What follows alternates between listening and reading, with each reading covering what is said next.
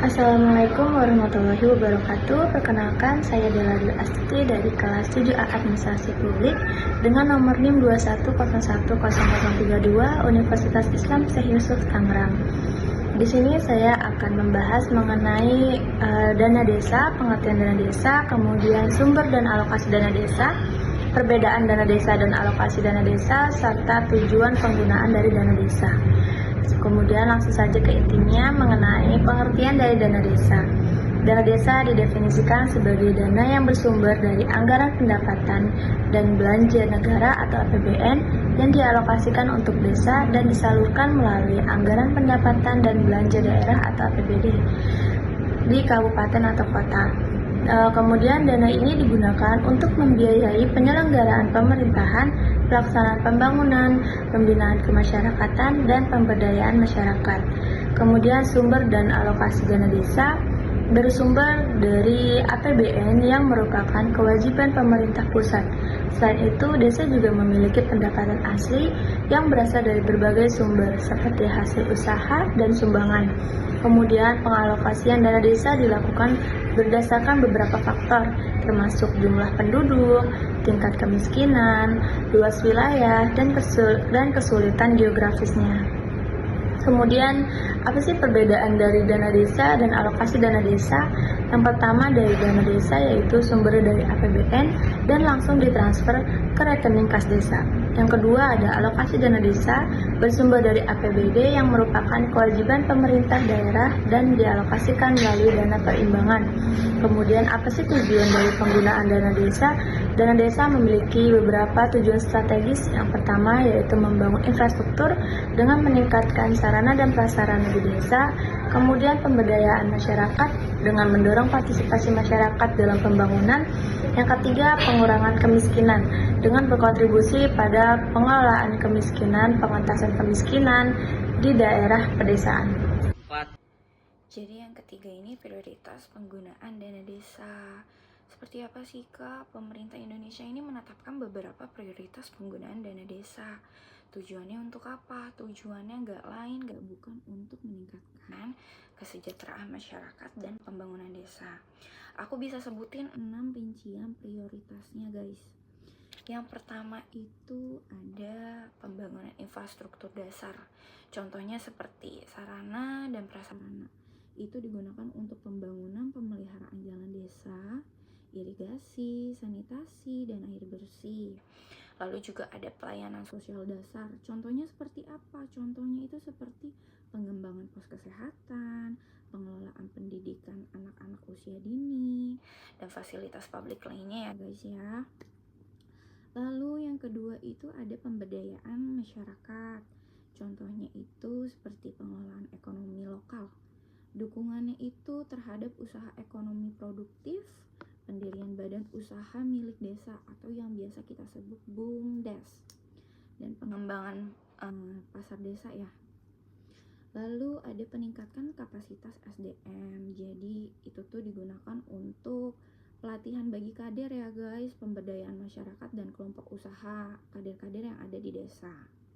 Lalu yang ketiga ini poinnya ada penanggulangan kemiskinan. Ini penting juga. Itu fokusnya pada program-program yang mendukung pengentasan kemiskinan ya guys, termasuk penyediaan bantuan langsung tunai atau yang biasa kita sebut juga BLT, bantuan ya untuk masyarakat yang membutuhkan. Yang keempat itu poinnya ada ketahanan pangan dan kesehatan. Ini nggak kalah penting juga ya guys, yaitu programnya dibuat untuk meningkatkan ketahanan pangan lokal serta penanganan kasus stunting di kalangan anak-anak. Yang kelima ini poinnya ada pelestarian lingkungan hidup. Seperti apa sih Kak contohnya? Jadi contohnya itu seperti pengelolaan sumber daya alam secara berkelanjutan dan kegiatan yang mendukung pelestarian lingkungan yang ada di desa tersebut ya. Dan yang terakhir poin ke-6 yaitu dukungan terhadap program nasional. Seperti contohnya itu dana desa juga dapat diarahkan untuk mendukung program-program prioritas nasional seperti kedaulatan pangan, energi, dan pariwisata. Jadi dengan mengedepankan prioritas-prioritas keenam ini nih guys yang tadi aku sampaikan, itu tuh diharapkan dana desanya ini dapat memberikan dampak yang signifikan dalam pembangunan desa dan meningkatkan kualitas hidup pada masyarakat di Indonesia ya, pokoknya seluruh Indonesia, dan berfokus pada di desa tersebut. Seperti itu guys. Contoh proyek yang sudah sukses menggunakan dana desa. Berikut adalah beberapa contoh proyek yang sukses menggunakan dana desa di Indonesia. Yang pertama, pembangunan infrastruktur jalan desa. Di Desa Jeringo. Desa Jeringo menggunakan dana desa untuk membangun dan memperbaiki jalan, meningkatkan aksesibilitas dan mobilitas masyarakat. Proyek ini membantu menghubungkan desa dengan daerah lain, mempermudah akses ke pasar dan layanan publik. Kedua, pembangunan saran air bersih. Desa Harapan Mulia. Desa Harapan Mulia membangun infrastruktur air bersih yang memungkinkan masyarakat mengakses air bersih dengan lebih mudah dan aman. Proyek ini termasuk pembuatan sumur, bor, dan sistem distribusi air. Desa Budo. Desa Budo membangun 7 unit sumur bor yang menyediakan akses air bersih bagi warga, menggantikan ketergantungan pada air hujan dan distribusi dari pabrik. Dan yang ketiga, program pemberdayaan ekonomi masyarakat. Desa Panggung Harjo mengembangkan program pemberdayaan ekonomi melalui pembentukan kelompok usaha dan koperasi yang meningkatkan pendapatan masyarakat dan mendorong kemandirian ekonomi. Keempat, pembangunan fasilitas kesehatan. Desa Sugiwaras. Desa Sugiwaras membangun fasilitas kesehatan seperti posyandu untuk meningkatkan layanan kesehatan ibu dan anak serta memberikan akses yang lebih baik terhadap layanan kesehatan dasar. Dan yang kelima, pengembangan wisata desa. Desa Ponggok. Desa Ponggok mengelola badan usaha milik desa, BUMDes, yang mengembangkan objek wisata seperti Umbul Ponggok, sebuah kolam alami, dan snorkeling. Proyek ini tidak hanya meningkatkan pendapatan desa tetapi juga menciptakan lapangan kerja bagi masyarakat. Yang keenam, program pengelolaan sampah dan lingkungan.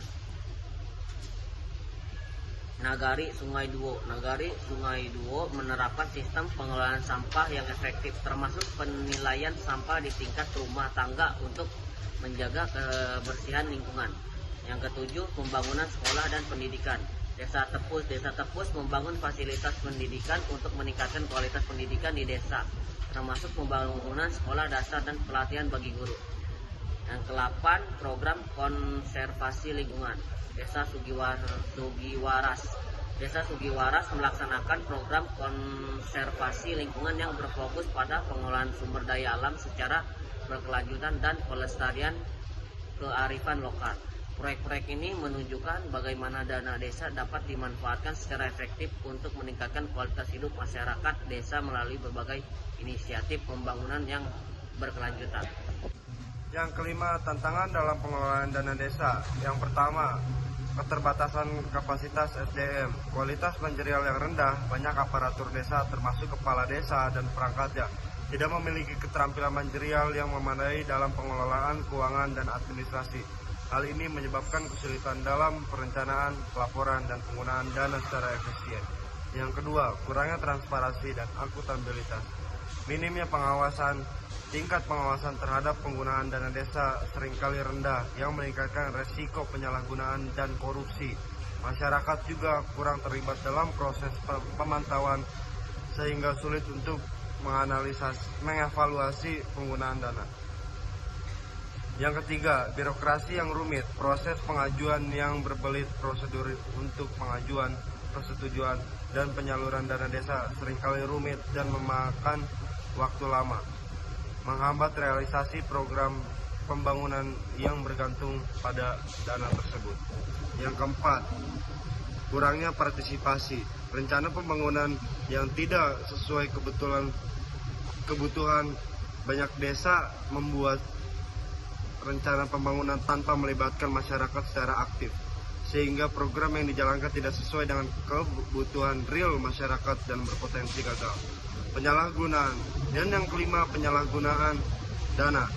Kasus korupsi dan penyelewengan, beberapa kepala desa dan terlibat praktik korupsi penyalahgunaan dana yang dapat menyebabkan penghentian penyaluran dana oleh pemerintah jika desa tersebut bermasalah secara hukum.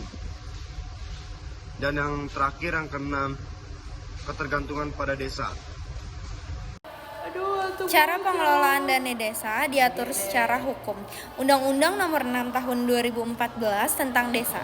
Undang-undang ini memberikan landasan hukum bagi pengelolaan dana desa, menetapkan bahwa dana desa merupakan bagian dari anggaran pendapatan dan belanja negara APBN yang dialokasikan untuk mendukung penyelenggaraan pemerintahan, pembangunan dan pemberdayaan masyarakat di tingkat desa. Peraturan Pemerintahan Nomor 60 Tahun 2014. Peraturan ini mengatur tentang pengelolaan dana desa, menetapkan kriteria perhitungan alokasi yang mempertimbangkan jumlah penduduk, angka kemiskinan, luas wilayah, dan kesulitan geografis.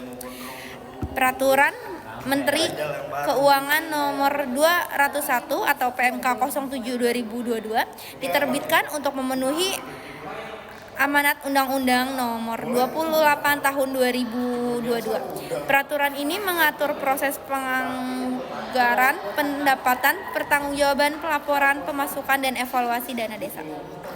Dan mekanisme penyelenggaraan dana desa. Penyaluran bertahap. Dana desa disalurkan secara bertahap oleh pemerintah pusat, kepala pemerintahan daerah, kabupaten kota Tangerang, dan yang kemudian disalurkan lagi kepada desa. Penyaluran dilakukan dalam 3 tahap, 40% pada bulan April, 40% pada bulan Agustus, dan 20% pada bulan November. Penggunaan dana desa digunakan untuk berbagai keperluan seperti program pertimbangan sosial, optimasi pemerintahan desa, ketahanan dan dukungan program sektor prioritas, akuntabilitas dan pengawasan. Penanggung-jawaban setiap penggunaan dana desa harus dilaporkan dalam laporan penanggung jawab yang lurus disampaikan kepada pemerintahan daerah. Keterlambatan atau ketidakpahaman dalam pelaporan dapat mengakibatkan sanksi administrasi berupa anggaran alokasi desa di tahun berikutnya. Dan transportasi. Pengelolaan keuangan diharapkan dapat dilakukan secara transparan dan akuntabel sesuai dengan pelamanan yang dapat oleh Peraturan Menteri Dalam Negeri Nomor 37 Tahun 2007.